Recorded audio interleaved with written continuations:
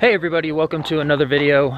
As you can see, we are here with the KLX today. We got some KLX content. Video 1 of the road to recovery. So I have a bunch of people in the comments who ask me when they get a new KLX, what they should start with, what mods will give them the best bang for the buck.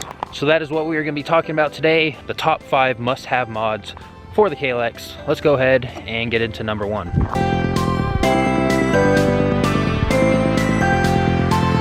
So number 1 here is a group of items, but it will probably give you the most difference performance-wise, and that's stage 1 mod. So that consists of an exhaust, a tuner, and then you can toss the airbox lid or get the KDX snorkel. I myself started off with an FMF, but I have since then moved to the Barker system.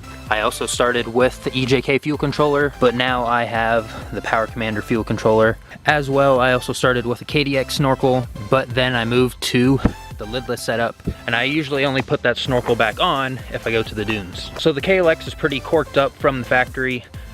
It starts out at about a measly 18 wheel horsepower, but once you uncork it here, you can get up to about 24-ish horsepower, and that's just with the exhaust, the lidless setup, and the fuel controller. The biggest part of this is the fuel controller. The KLX runs pretty lean from the factory, causes some stalling out, and that pipe, oh man, it gets hot. But uncorking the bike, getting that fuel mixture right, sure does a lot for the KLX. I remember when I first did the stage 1 mods, it was a heck of a difference. And if you want to go even further with stage 1 mods, you can do the MCM mod, which is the cam mod for the KLX. Change up the timing. There's a write-up on the Kawasaki forums if you guys want to search that up. I get a lot of people who say that they're kind of underwhelmed with the power of the KLX, so uncorking the bike sure makes a difference. It actually gets up and goes in the mid-range. You actually get a little bit of a torque punch. So that is mod number 1. Alright, mod number 2 here. The second biggest complaint or thing I hear about in the comments is how uncomfortable that seat is. So mod number 2 is a seat concept seat here. I used to barely be able to ride the KLX for maybe 30 minutes to an hour without getting some pain from sitting on the thing. Like I said before, it's basically a 2x4 wrapped in leather. But the seat concept seat here, you get extra width.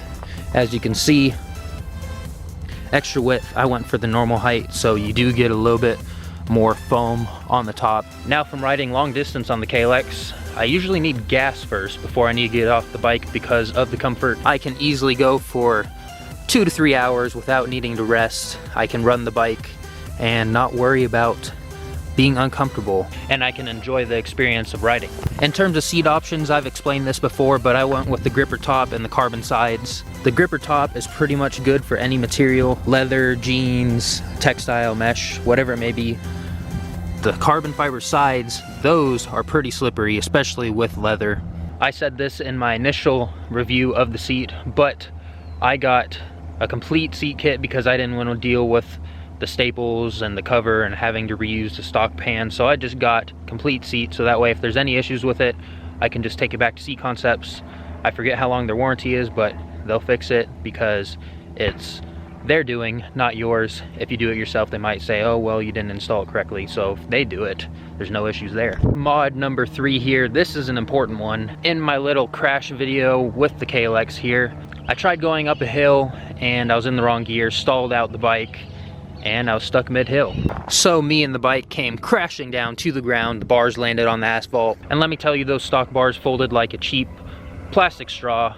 They had absolutely no rigidity to them. So mod number 3 here are the Pro Taper 1 1/8 of an inch handlebars. We got some thick ones on here. I've dropped this bike a couple of times on the trails, no issues. Again, not only is this a durability thing or a cosmetic thing, it's also an ergonomic feel type of thing as well. The stock bars, they're swept back a bit, so with these bars I went with a little bit of a straighter bar, which I didn't think I would like at first, but turns out that it helped the bike a lot. The turn-in feels greatly improved. They're a little bit wider than the stock bars. You get a little bit more leverage for turning the bike.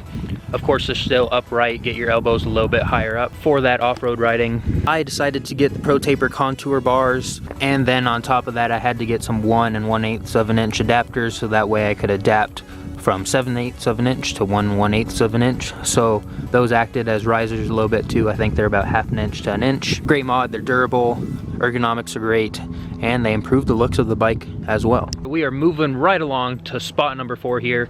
There was a duel for the last couple of spots here, so there's gonna be some honorable mentions, but mod number 4. You guys always talk about me needing to do some cosmetic mods. I haven't really done too much. I've coated the plastics black here, and other than chopping that rear fender off, that's about it. But that should give you a hint right there. Spot number 4 is the TST Fender Eliminator. Now, as you guys can see, I clearly do not have the Fender Eliminator on my bike, but my friend does. And several other people have told me to get it. I've seen it on the bike. Now, I still need to get one for my bike, but you know, I've been a little bit busy here with some power stuff. But the great thing about these 250s here is that there's a whole world of customization for the bikes. You can do pretty much anything you want to the bike, and if you want to clean up that back end, the TST Fender Eliminator sure is a good way to do it. With the Fender Eliminator, you get an integrated turn signal. It's LED. It's actually quite bright. You can get a smoked lens, and then of course you can get the resistors to slow down the flash and the relay and whatnot. All right, spot number 5, the last mod for the KLX that you most definitely should have. We've talked about performance with the Stage 1 mods. We've talked about ergonomics with the bars and the seat. We've talked about comfort, durability. We talked about cosmetics here. Now, if you guys have been following the channel a little bit, you guys know that I like my power. Well, you can upgrade the power all you want, but you gotta have the chassis to support it. And I can say the biggest thing to improve the chassis is a nice set of tires. Now, you guys have heard me talk a lot about me needing new tires, and that's because I do. Here, as you guys can see, they're pretty bald. There's hardly any tread depth left in the middle. So the stock KLX comes with Dunlop D605s, which are pretty good on the road when it's dry. In the wet, they get a little bit sketchy under braking. Cornering, they can break away if you're not careful pretty easily. Whoa. Off-road, they do surprisingly well if you get used to it in the loose stuff, like some of this loose gravel here or the sand. So I have not upgraded my tires yet, but my friend has. I've ridden his bike, and he has some pretty good knobbies on there, and it totally changes the bike. Having a nice solid set of knobbies up front certainly helps front end traction and gives you that confidence to really just let the front end eat in the corners. This is the road actually where I tested out his tires riding his KLX. Usually the front end's wandering around, you're kind of counter steering a lot in the corners, but with those knobbies, you kind of just lean it over and go like you do on the road. So I do plan to get some new tires here. They're gonna be on the knobbier side, but mod number 5 is definitely tires. If you want to upgrade the performance of your bike on and off the road, you need to consider some good tires. Some good knobbies, Dunlop D606s, those are pretty good. The range is about 2,000 miles, so you have to change them out pretty often. The Tuss D Sport tires, people are reporting 5,000 miles and still provide good on-road traction and pretty excellent off-road traction. If you're looking for something more street-oriented, maybe the Shinko 244, 705, something like that may fit your needs, but just need to do some research and find tire for you. Mod number 5, definitely good way to up your performance and keep up with the power. Okay, so we have a couple honorable mentions here, and a couple of items are mainly due to price. So honorable mention number 1 is the big bore kit. Yes, you guessed it, I certainly enjoy it. It totally changes the bike, gives it a bunch of power, but I realize that if you're just getting the KLX, you probably don't want to spend about $500 to $1,000 doing the big bore kit. It definitely does make a big difference, but if you want some more power, go ahead and start with the Stage 1 mods, because you're going to want to uncork the bike anyways if you do a big bore kit, like the exhaust, the intake, and of course the fuel controller. Honorable mention number 2 is Supermoto wheels. A lot of you are telling me to get them, and I definitely see how they would help out a lot on the road, but again, for a good set, it's probably going to run about $1,200 for the conversion, maybe more, around $1,500 for the speedometer and new tires as well. So again, it's worth mentioning, if someone does want to do that and spend that money, it definitely will help the handling of the bike on the road, but it comes up short on the list because, again, $1,500 is a pretty expensive mod for just getting your brand new bike.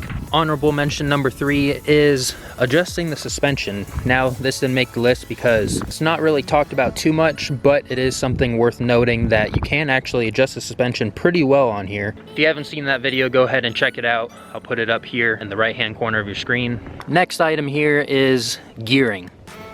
This didn't make it on the list because I talked about the performance stuff. The Stage 1 mods really opens the bike up a lot. But if you want to go even further to get that dirt-oriented experience, or even help out on the street a bit, you can gear it down 13 tooth in the front. You can go larger in the rear. My friend went with a 50 tooth, and with about 25-ish horsepower, really gets you through the gears quickly. There's another performance mod if you guys want to go the extra mile. But the last honorable mention here is bark busters. If you're going to be going off-road, you definitely want them. I don't know if it would have helped out or not with this, but hitting those trees and branches, it'll save your fingers on top of wearing some good gloves. Of course, it does some things looks-wise for the KLX as well, but the handlebars took the bark busters spot on the list because the bars in order to do the bark busters, and the bars are just an overall better package deal than the bark busters. All right, guys, made it back home here. This is going to be the end of the video. A little update for you guys. Got my cast on, things are looking good so far, so I just want to say thank you for the support on the last video. Thanks for all the wishes and prayers and whatnot, and we're moving along with this thing. We're going to get through it. The videos are going to keep on coming. I have a bunch of videos planned here, but that is going to do it for today's video. Big question, what mod should you do to the KLX first? So I figured I'd try and answer that for you guys. Of course, these are my favorite mods, and I think the most beneficial mods to do to the KLX first. But if you enjoyed today's video, be sure to give it a big thumbs up. Also, share it to your friends and those who may enjoy it. And of course, if you're not subscribed, go down there, hit that subscribe button, get the bell on to keep up with all the action here. The support on the videos lately, of course, has been awesome. Let's keep on going, let's keep on growing. We're only going up from here. But with all that being said, join the club, and I'll see you in the next one. I'm the motherfucking greatest, yeah, I'm the greatest, bitch. My competition, they just don't fit that niche. You could try to take a shot at me, I would not flinch. I try to jack at my sound and then I flip that script like I ain't doing no favors. See me walking around with all that moolah, baby girl talking to me, telling me that I was a savior, yeah.